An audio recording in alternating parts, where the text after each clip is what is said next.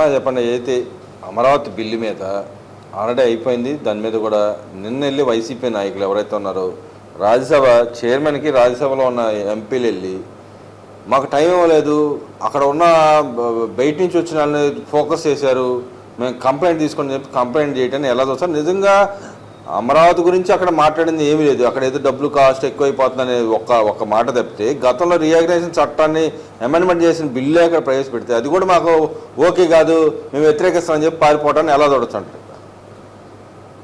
ఏమండి, అమరావతిని చట్టబద్ధత చేస్తూ పార్లమెంట్ ఉభయ సభల్లో బిల్లు ఆమోదం చేసి తీర్మానం చేశారు. ఇంకా 2-3 రోజుల్లో రాష్ట్రపతి ఆమోద ముద్ర పడి గెజిట్ నోటిఫికేషన్ వచ్చేస్తుంది. ఇప్పుడు భారతదేశంలో ఉన్న అన్ని పార్టీలు అమరావతికి ఏకైక రాజధాని అమరావతి అని చెప్పి మద్దతు తెలిపినాయి. ఒకే ఒక వైసీపీ లాంటి చీడపురుగు పార్టీ వ్యతిరేకించింది. అది కూడా వ్యతిరేకత ఎలాగిచ్చింది మీరు అబ్జర్వ్ చేశారో లేదో? లిక్కర్ కేసులో ఉన్న మిథున్ రెడ్డి గాడేమో అమరావతికి మేము వ్యతిరేకం కాదంటాడు. ఏంటి, లడ్డూ కల్తీలు చేసి డబ్బులు దండుకున్న యదవ వైవి సుబ్బారెడ్డి గాడేమో ఎస్ఎఫ్టీకి ఎంత అంత ఎంత అని ఈడు ఎందుకు ఇవన్నీ ఎస్ఎఫ్టీల గురించి? అసలు రాజధాని అమరావతి వద్దన్న వైసీపీ పార్టీ ఎస్ఎఫ్టీ గురించి వీడికి ఎందుకంటే ఏంటి ఇది అంటాడు ఈడు. ఇంకోడు వీళ్ళ అధ్యక్షుడు జగన్మోహన్ రెడ్డి గాడేమో మావిగన్ అంట, మచిలీపట్నం నుంచేమో ఎంఏ తీసుకో, విజయవాడ నుంచి విఐ తీసుకో, గుంటూరు నుంచి జిఎన్ తీసుకో, జిఎన్యు తీసుకో, మావిగన్ అంటాడు ఆడు. అసలు వీళ్ళకి అసలు ఒక తలాతోక లేని మాటలు మాట్లాడుతున్నారు. వీళ్ళకి రాజధాని గురించి కానీ అమరావతి గురించి కానీ వీటి గురించి అసలు మాట్లాడే నైతికత ఉందా ఈ ఎదవలకి? అంటే ఇక్కడ అదేదో పెద్ద బ్రహ్మాండమైన సిటీగా డెవలప్ చెందిద్ది, 3 ప్రాంతాలు కలిపి ట్రై సిటీగా డెవలప్మెంట్ చెందిద్ది, తక్కువ రేట్లో అయిపోద్ది, 30,000 కోట్లతో అయిపోద్ది, ఇక్కడ 2 లక్షల కోట్లు అనవసరం ఖర్చు పెడుతున్నారని చెప్పి మాట్లాడుతూ ఉన్నారు కదా. ఏమండి, ముందు 2 లక్షల కోట్లు అమ్మ మూడు ఏమన్నా ఇస్తున్నాడా? ఇటు జగన్ గాడి కానీ అటు పెళ్ళాం కానీ లేకపోతే వైవి సుబ్బారెడ్డి గాడి కానీ ఈ నా కొడుకులు ఏమన్నా ఇస్తున్నారా? అది పీపీపీ విధానంలో డెవలప్మెంటే రాజధాని. చంద్రబాబు గారు 2014లోనే చెప్పాడు ఆయన. అది అర్థం కాకపోతే ఈ ఎదవలకి మనం చెప్తాం అనవసరం. ఇంకోటి ఈ జగన్ గారు ఏం చెప్పాడు, 3 రాజధానులు అన్నాడు. వీడు 3 రాజధానుల మీద స్టాండ్ మీద ఉన్నాడా? ఇప్పటికీ అదే స్టాండ్ మీద ఉన్నారు వాళ్ళు 3 రాజధానుల మీద స్టాండ్ మీద లేడాడు. అప్పట్లో 3 రాజధానులు అన్నాడు, ఇప్పుడు మావిగాని అంటాడు. అసలు దేని మీద స్టాండ్లో ఉన్నాడు వీడు? ముందు అది చెప్పాలి. వీడు నేను 3 రాజధానుల మీద స్టాండా, మావిగాని మీద స్టాండా, లేకపోతే మిథున్ రెడ్డి గారు చెప్పినట్టు అమరావతి మాకు ఇబ్బంది లేదన్నదా, లేకపోతే వైవి సుబ్బారెడ్డి గారు గజాల లెక్క కొలతల లెక్కలు చెప్పేది ఏది? ముందు ఈ ఎదవలందరూ ఒక గదుల్లో కూర్చొని చీకటి గదుల్లో ఒకటితోటి చేత్తో పట్టుకొని నా కొడుకులు ముందు మాట్లాడుకోమనండి, ఆ తర్వాత వచ్చి బయట మాట్లాడమనండి. అంతేగాని ఏదో మాట్లాడాం కదా, ఇది జనాలు డైవర్షన్ పాలిటిక్స్లో ఇది తీసుకెళ్ళేటట్టు ఏదో చెప్పేద్దాం కదా అనుకుంటే జనాలంతా పిచ్చోళ్ళు కాదు. 5 సంవత్సరాలు ఎదవలు చేసిన పరిపాలన చూశారు. ఏంటి ఈ ఎదవలని తేలిపోయింది. 151 నుంచి 11కి పడేశారు. పడేసినా ఈ ఎదవలకి సిగ్గు లేదు కాబట్టి ఈ ఎదవ మాటలు మాట్లాడుతున్నారు. అంటే నిన్న సజ్జల రామకృష్ణారెడ్డి కూడా ఇక్కడ ఉన్న ఏదైతే గుంటూరు జిల్లా నాయకుల్ని ఆయన దీని మీద మాట్లాడమంటే వాళ్ళు వెనక్కి రివర్స్లో ఆయన మీద అటాక్ చేయడానికి ఎలా దొరుకుతున్నారు? నిజంగానే వాళ్ళ నాయకులకు భయం పట్టుకుందంటారా? ప్రజల పక్షాన ఉంటారంటారు ఇప్పటికైనా? ఏమండి, సజ్జలగాడు ఎవడండి? హాఫ్ నాలెడ్జ్ నా కొడుకాడు. ఆడెవడాడు? ఆడేమన్నా ప్రభుత్వంలో ఉన్నాడా? పార్టీలో ఉన్నాడు. ఇంతకుముందు ఎక్కడో ఎడిటర్ అంటాడు, ఇప్పుడేమో ఆడొచ్చి కార్టూన్ వేసుకుని కార్టూన్ నా కొడుకాడు. ఆడిది ఏం పని ఉంది? అసలు ఆడి మాట ఎవడు తీసుకుంటాడు జనాల్లో? ఇంతకుముందు జగన్ గారి ప్రభుత్వంలో ఉన్నాడు కాబట్టి చక్రం తిప్పాడాడు. చెట్టు పేరు చెప్పి కాయలా మూదెంగాడు నా కొడుకాడు. ఏంటి ఇప్పుడు ఆడి లెక్క పత్తాలే లేదు నా కొడుకు. ఎందుకంటే ఆడి చెప్పాడు, వీళ్ళు మాట్లాడితే అసలు ఆడి చెబితే ఏంటి, వీళ్ళు మాట్లాడితే ఏంటి, ఊడేది ఏముంది, అతికేది ఏముంది రాష్ట్రానికి? అసలు ఉన్న నా కొడుకులు 25 మందిలో మొత్తం అందరూ ఫోన్లు స్విచ్ ఆఫ్ చేశారు వైసీపీ వాళ్ళు. ఎవ్వడు మాట్లాడట్లా. ఆ బొత్స సత్యనారాయణ గారు ఒక ఎదవయ్యాడు, ఆ ధర్మాన ప్రసాద్ గారు కూడా కొండ ఇరుపుగా అయ్యాడు. ఏంటి ఈ అంబటి రాంబాబు గారు ఒక బఫూన్ గాడు అయ్యాడు. ఇక్కడ పేరు నానిగాడు ఉన్నాడు, వీడు పెద్ద బఫూన్ గాడు వీడు. ఏంటి ఈ ఎదవలు ఏంటంటే దిక్కు మొక్కు లేదు, ఏ పార్టీ వాళ్ళు రానివ్వరు నా కొడుకుల్ని. కాబట్టి ఇక ఇందులోనే సావాలి కాబట్టి అందులోనే ఉంటూ ఆ దిక్కుమొక్కు లేని పనులు చేసుకుంటూ పిచ్చ పిచ్చ మాటలు మాట్లాడుకుంటూ జనాల్లో ఇంకా చులక నవ్వుకుంటూ ఏంటి రాజకీయాలకి శాశ్వతంగా దూరం అయిపోతానికి రాజకీయ సమాధి అవటానికి వీళ్ళకేళ్ళే రాసుకున్న మరణ శాసనం అమరావతి రాజధాని.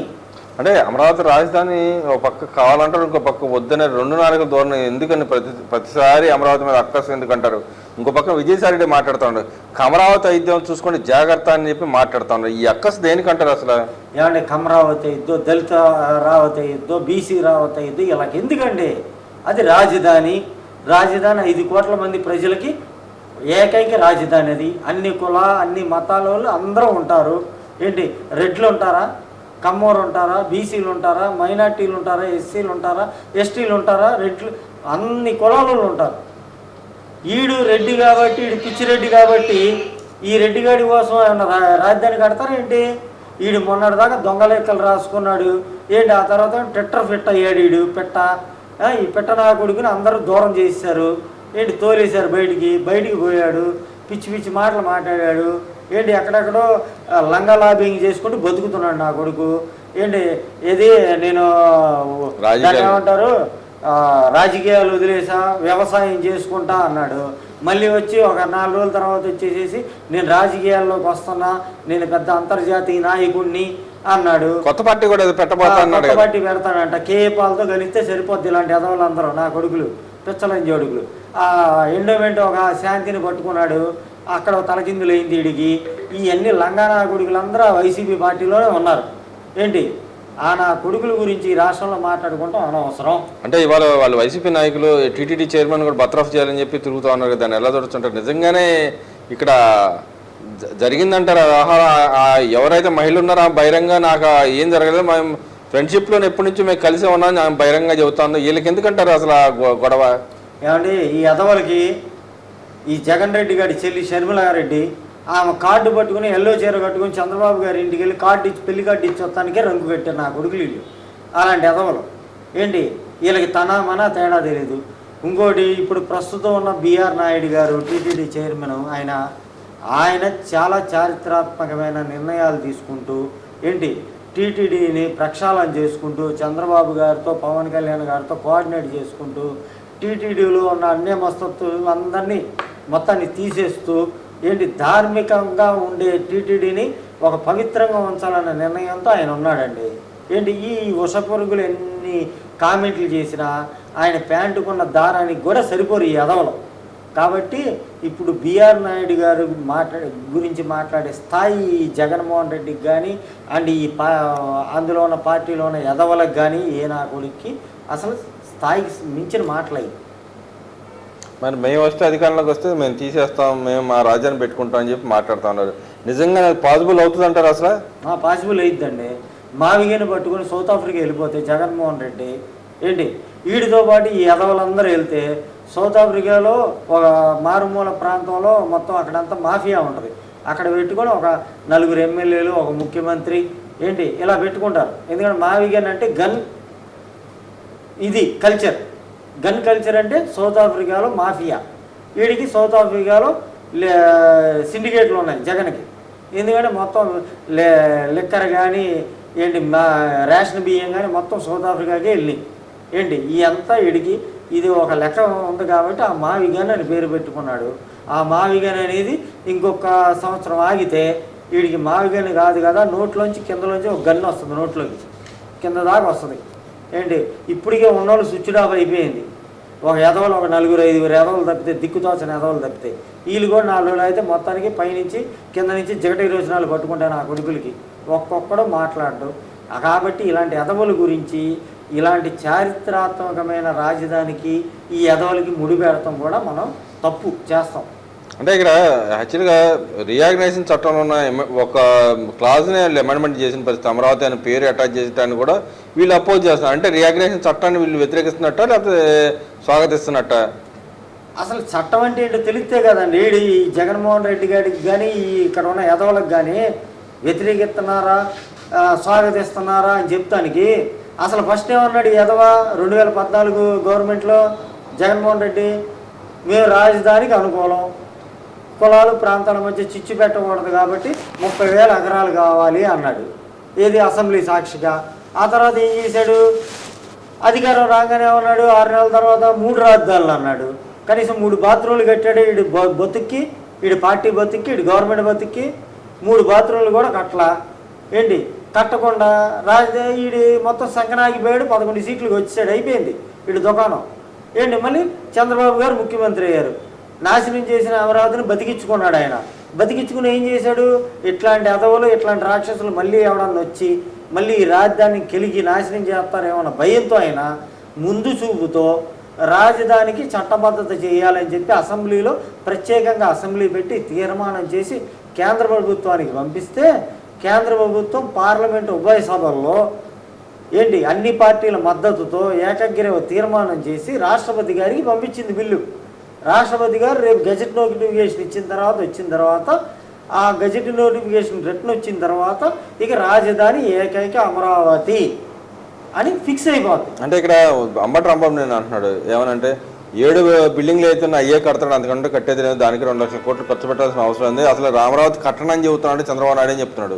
మరి ఇక్కడ చూసుకుంటే అన్న అమరావతి అసలు రాజధానికి అనౌన్స్ చేయకముందే, ఏదో పార్లమెంట్ సాక్షిగా బిల్లు కాకముందే అమరావతి పెట్టుబడులు రావడానికి ఎలా దొరుకుతుంటారు? నిజంగానే 2 లక్షల కోట్లు దీని ఓన్లీ అడ్మినిస్ట్రేషన్ బిల్డింగ్ల వరకే కడతారు, లేకపోతే ఇన్వెస్ట్మెంట్ రూపంలో వచ్చే డబ్బులు కూడా కలిపి అని చెప్పాడు అంటారు. ఇక్కడ ఏమండి అమరావతి రాజధానికి కేంద్ర ప్రభుత్వం డబ్బులు ఇస్తుందండి, స్టేట్ గవర్నమెంట్కి రూపాయి పని లేదు.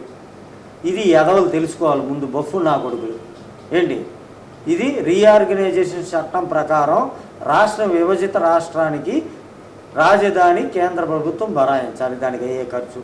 పోలవరం జాతీయ ప్రాజెక్ట్ అది 2. ఈ రాజధాని వచ్చేటోడికి ఏంటంటే రాజధానిని నిర్ణయించుకునే హక్కు ఆయా రాష్ట్రాలకి రాజ్యాంగబద్ధంగా చట్టం కల్పించింది. అది 2014లో అయిపోయింది. 2019లో వచ్చిన తర్వాత ఈ తొక్కలాగా నా కొడుకు బఫూన్ గాడు ఏంటి 3 రాజధానులు అన్నాడు, అది తీసేయండి. అయిపోయిన తర్వాత మళ్ళీ ఇప్పుడు ఏం జరిగింది? ఇలాంటి ఎదవలు వస్తే చేస్తారని చెప్పి మళ్ళీ చట్టం చేశారు. చట్టం చేసిన తర్వాత 2 లక్షల కోట్ల, 4 లక్షల కోట్ల, 5 లక్షల కోట్ల జగన్ గారి అమ్మ మొగుడిస్తాడా, లేకపోతే అంబటి రాంబాబు గారి అమ్మ మొగుడిస్తాడా? ఏ నా కొడుకులు ఇస్తారు? ప్రజలు డబ్బులు అయ్యి కేంద్ర ప్రభుత్వం ఇచ్చినా రాష్ట్ర ప్రభుత్వం ఇచ్చినా అది ప్రజల డబ్బులు. అంటే అప్పుల పాలు అయిపోతారంట ప్రజలంతా. అసలు అప్పుల పాలు అయిపోతాను. అప్పుల పాలకి దీనికి సంబంధం ఏంటి? అసలు ఈ నా కొడుకులకి తలాతోక తెలిస్తేనే కదా మాట్లాడటానికి. వీడికి సంజనా సుఖనే తప్పితే ఏంటి తెలుసు? వాళ్ళంత ముందు ఎలగబెట్టాడు ఇరిగేషన్ మినిస్టర్ బఫూన్ గాడు, ఎవడో అంబటి రాంబాబు గాడు. వీడికి పోలవరం ఎప్పుడో ఇద్దరు ఎదవనా కొడక అంటే నాకు తెలియదు అంటాడు. అసలు నాకు అర్థం కాలేదు, నాకు పోలవరం గురించి తెలియదు అంటాడు. వీడి బతుక్కి మళ్ళీ రాజధాని గురించి మాట్లాడేదా? రాజధానికి మళ్ళీ ఎస్ఎఫ్టీలు అంటాడు, ఏంటో గజాలు అంటాడు. అసలు వీడి బతుకి మించిన మాటలు వీడు మాట్లాడతాం ఎందుకు? నువ్వు అరే బాబు, అరే రాంబాబుగా, నువ్వు సంక్రాంతి సంబరాల్లో ఎగురు అంతే, నీ బతుకు అంతే స్థాయి. అంతకు మించి నువ్వు ఎక్కువ మాట్లాడావనుకో చెప్పు దెబ్బలు తింటావు. అంటే ఇక్కడ దాంట్లో అయితే ఇన్వెస్ట్మెంట్ ఇప్పుడు దాదాపు 30,000 కోట్ల నుంచి 60,000 కోట్ల దాకా ఇన్వెస్ట్మెంట్ రావడం జరిగింది. దాన్ని ఎలా చూడొచ్చంటారు? ఏమండి మిగతా రాష్ట్రాల గురించి మాకు తెలియదండి. ఆంధ్ర రాష్ట్రంలో ఉమ్మడి ఆంధ్రప్రదేశ్ కాడి నుంచి స్టిల్ ఇప్పుడు వరకు రాష్ట్రానికి ముఖ్యమంత్రి చంద్రబాబు గారు ఉంటే పెట్టుబడులు వెల్లులాగా వస్తాయి. ఎందుకంటే చంద్రబాబు గారి ఫేస్ అదొక బ్రాండ్ అంబాసిడర్. ఆయన అభివృద్ధికి మారిపోయారు. ఆయన్ని చూస్తే పెట్టుబడిదారులకు నమ్మకం కుదిరిద్ది కాబట్టి ఆయన వస్తాయి. 2014 నుంచి 19 దాకా ఎలాగొచ్చినాయో 2019 నుంచి 24 దాకా యదవనా కొడుకు వచ్చి ఎలా తరివేశాడో మళ్ళీ 2024 నుంచి 29 దాకా ఎలా తెచ్చుకుంటున్నాడో మహానుభావుడు జనాలందరూ చూస్తున్నారండి. ఇది మనం క్యాలిక్యులేషన్ వేసో లెక్కలేసో కామాలు పెట్టో అంకెలేసో చెప్పాల్సిన అవసరం లేదు. ప్రతి ఒక్క ప్రజలకి ప్రతి ఒక్క గుమ్మానికి తెలుసు. అంటే అసలు రాజధాని అవసరం అంటారా అవసరం లేదంటారా? రాజధాని అవసరం లేదన్నాడు ఆడు భూమి మీద బతకడానికి భారం ఆడు. అంటే రాజధాని అంటే అసలు ఏముంటుంది ఆడని ఏముంటుంది అంటారు? రాజధాని అంటూ ఏముంటాం ఏంటంటే మన ఇంట్లో వంటగది పూజ గది అంటే ఎలా ఎంత ముఖ్యమో రాజధానికి అదే. ఇంట్లో గది ఒక ఇంటికి వంటగది ఎంత ముఖ్యం, అన్నం పెడతానికి పూజ గది ఎంత ముఖ్యం, అలాగే రాష్ట్రానికి రాజధాని ముఖ్యం. ఆ రాజధాని ఉంటేనే రాష్ట్రం బాగుపడిద్ది, ఉద్యోగాలు వస్తాయి, పెట్టుబడులు వస్తాయి, అభివృద్ధి జరిగిద్ది.